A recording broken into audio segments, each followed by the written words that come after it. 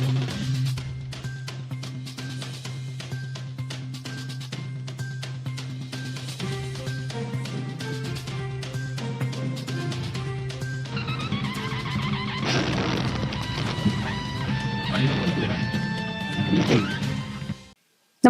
आपण पाहता हिरकणी न्यूज.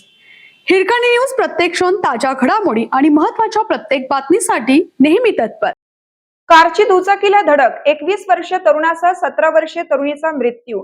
जुना मुंबई गोवा महामार्गावर कोलगाव मियासाहेब समाधीजवळ दुचाकी आणि मोटार यांच्यात झालेल्या भीषण धडकेत तरुण तरुणी ठार झाली. कार्तिक अरविंद परब वय 21 राहणार भालावल, सध्या राहणार सावंतवाडी, आणि आयुष्य अमित देसाई वय 17 राहणार गोटोस तालुका कुडाळ अशी मृतांची नावे आहेत. अपघात शुक्रवारी दिनांक 24 रोजी रात्री 10:15 वाजण्याच्या सुमारास घडला.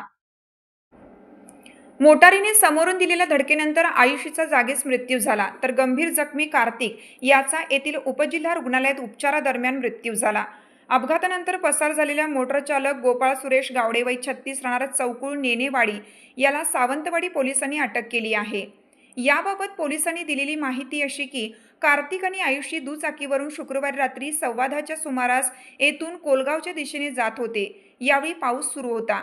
ते मियासाहेब समाधी परिसरात पोहोचले असता कोलगावकडून सावंतवाडीच्या दिशेने वेगाने येणाऱ्या मोटारीने त्यांच्या दुचाकीला समोरून धडक दिली.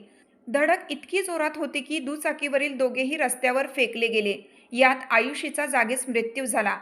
गंभीर जखमी कार्तिकला महेश बांदेकर, कृष्णा धुडपनावर आणि लादू रायका यांच्या मदतीने उपजिल्हा रुग्णालयात दाखल करण्यात आलं. मात्र उपचार सुरू असतानाच काही वेळातच त्याचाही मृत्यू झाला. पोलिसांनी पंचनामा केला. घटनास्थळी रात्री उशिरापर्यंत नागरिकांची गर्दी होती. अपघातानंतर मोटार चालक गोपाळ गावडे यांनी घटनास्थळावरून पळ काढला होता. मात्र सावंतवाडी पोलिसांनी रात्री उशिरा त्याला ताब्यात घेतलं.